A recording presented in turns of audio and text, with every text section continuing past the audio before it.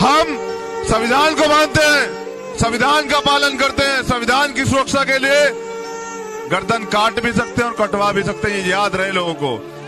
जिन लोगों को भ्रम हो चुका है कि वो संविधान को बदल देंगे तो घबरा।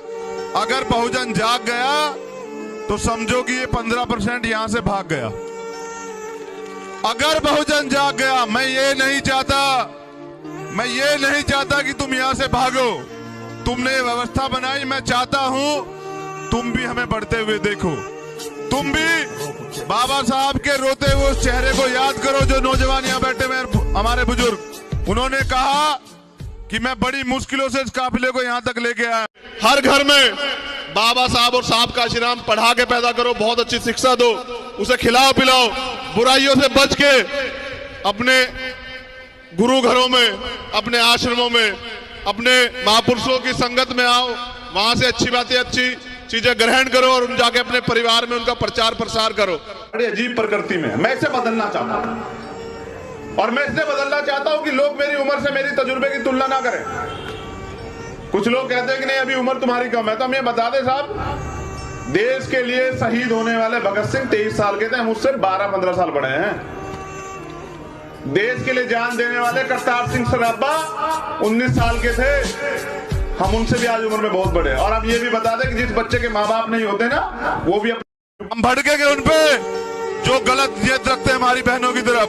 हम भड़केंगे उन पे जो हमारे भाइयों का, हमारे बुजुर्गों का अपमान करते हैं। उनके लिए तो हम वाकई में ही रावण है, ये बात याद रहे सब लोगों को। उनके लिए हम वाकई में ही रावण हैं और राम हम बनना नहीं चाहते।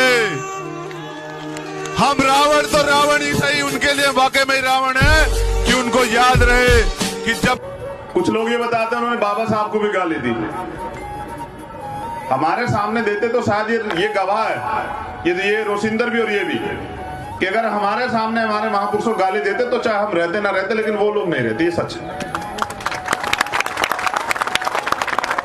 ये ताली बजाने का विषय नहीं है।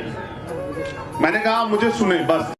ये बाबा साहब बहुत दिन पहले कह के गए कि किसी भी समाज की उन्नति प्रगति उस समाज में की महिलाओं की उन्नति प्रगति पर निर्भर करती है। ये बाबा साहब ने कहा और बाबा साहब कभी झूठे नहीं हो सकते। और मैं जो आपसे वादा कर रहा हूं वो इसलिए कर रहा हूं क्योंकि बाबा साहब ने लिखा कि 21वीं सदी हमारी, इसलिए मैं आपसे वादा कर रहा हूं कि राज अपना आएगा। बस मेरी इतनी सी राय है कि अपनी बेटियों को खूब पढ़ाएं। मैं पिछले 5-6 दिन में कुछ बहनों से मिला।